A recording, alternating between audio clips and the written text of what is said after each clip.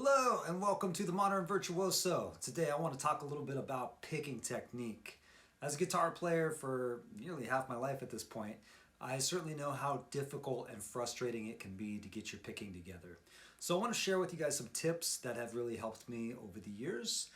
First up, let's just talk about hand position. So in the right hand, it's imperative to do something called anchoring when you're playing faster lines. When you're trying to get things to come together smoothly, working from a point that is consistent really makes a huge impact on your playing. So anchoring, I choose to anchor on the bridge. This part of my hand right here is the part that's coming in contact with it. Some players choose to have a little finger on the pick guard. That works for them. I don't prefer that method. It's up to you. It's really got to be a comfortable thing that you need to address personally and see how it works out. So do some experimentation. Next up, after we got that hand anchored, you want to make sure, first of all, that you are not picking just flat against the string. Now, I think it's a little better to come in at an angle. So I've got about 45 degrees tilt on my pick hand. And so what I'm doing here is I'm just kind of making a little bit of a bend in my thumb position. And what that does is angles the pick down. So I'm not going backwards angle, I'm going what I would consider forwards, or in other words, towards the tuners of my guitar. And I'm just trying to create a little bit less resistance as I'm moving my pick through the strings.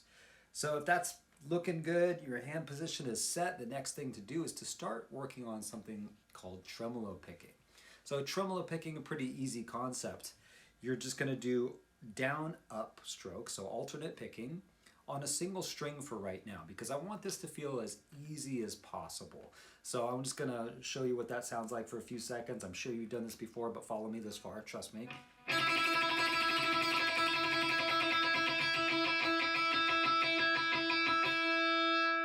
So pretty simple, up and down the whole time.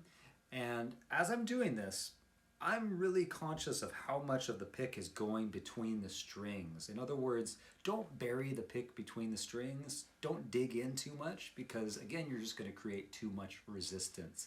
So you may be wondering, where should the picking motion come from? Should it be coming from the arm or the elbow moving across? Should it be purely from the wrist? Maybe even from the fingers? To be honest with you, I have seen guitar players of all sorts, and some people pick amazing from the arm, the elbow. Some people pick amazing from the wrist. Some people pick underneath the strings. In the case of Marty Friedman, he's a great player, unorthodox technique, but it works really well. It sounds really great. So again, all of this stuff should be addressed on a personal level. And I'm not going to make any recommendation that every guitar player should pick a certain way, but instead find something that feels natural, that doesn't feel like too much of a struggle, and give it some time. And if it's just not working out, you can try some other ways and see what seems to be the smoothest. For me personally, I tend to move from the wrist, and that works pretty well. One of the best ways you can improve your alternate picking is to use fragments. Fragments just being a short set of notes that repeats. So for our first fragment, we're going to use some open strings and get that tremolo picking happening. So I'm going to go through frets 12, 10, 8, 7. So every fret is going to have a down followed by up, down, up, down, up, down, up. A little faster.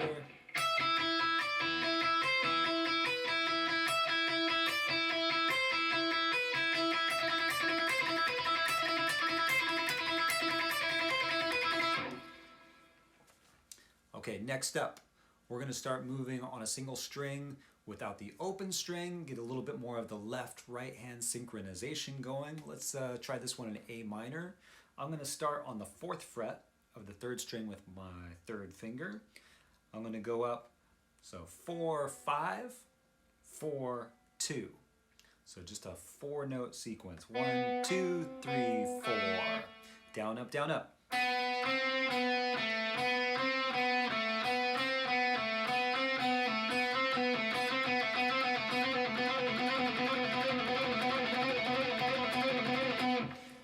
notice that that one's tricky because of your pinky not cooperating. You're not alone. Most guitar players have this issue.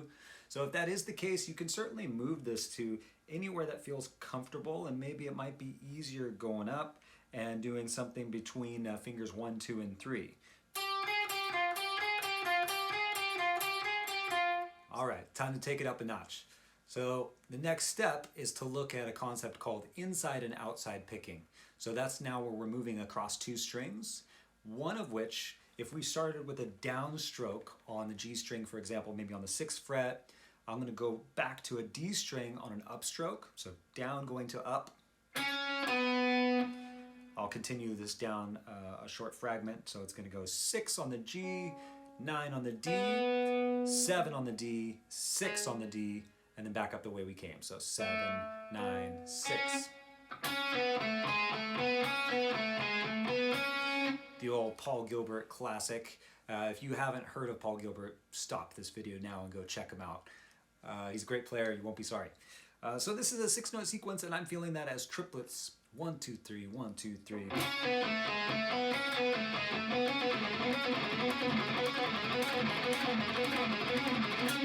So there you have it as inside picking. To work on outside picking, all we have to do is reverse our picking. So in other words, start with an upstroke.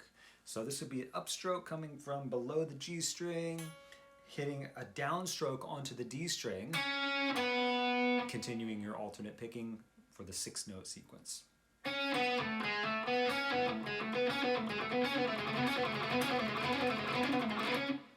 So inevitably there's going to be some challenges here. You're going to notice some things work rather easily, some things don't work maybe at all yet, and that's okay. We've got to start somewhere. So anybody can do this. You're not doomed to a life of terrible picking. You can certainly make this happen with patience.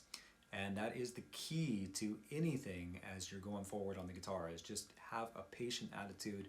It will come, I guarantee it. So moving through this stuff, what matters is that you stick with it and you do take note of what's working and what's not. So as guitar players, we've got to maximize our strong points and minimize our weak points. And one way you can do that is to know, is it inside picking or is it outside picking that's throwing you off? And once you know, you can spend a little bit more time in your practice to work on the one that maybe doesn't come so naturally. And something else I want to mention is how you structure your lines, or in other words, the licks that you're playing on the guitar, you may not have to play them the way that you're playing them. So in other words, if you're having a breakdown and some part or some solo or something you're trying to nail, it's just not coming together, try arranging those notes differently now knowing this information about your inside and outside picking. So an example of that, maybe if I'm playing just coming down a 4-note sequence on a pentatonic scale, I'm in C sharp minor.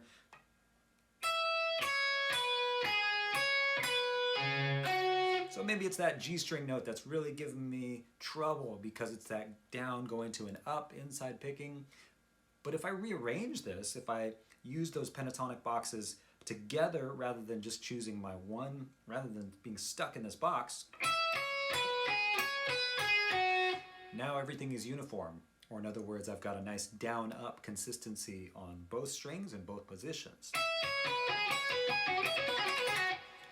Much easier to pick through. So little things like that can really change the way you play and kind of take off that speed barrier that you may have had previously. All right, now that you're armed with this new technique, it's time to go apply it, because knowledge without application is just a waste of time. So get out there and do some damage and have some fun. And if you're looking for concepts to apply this stuff to, check out my other videos. Condensed arpeggios or the Rodrigo Gabriela style playing would be a great way to apply this newly found picking control. Whatever you end up doing, have a blast.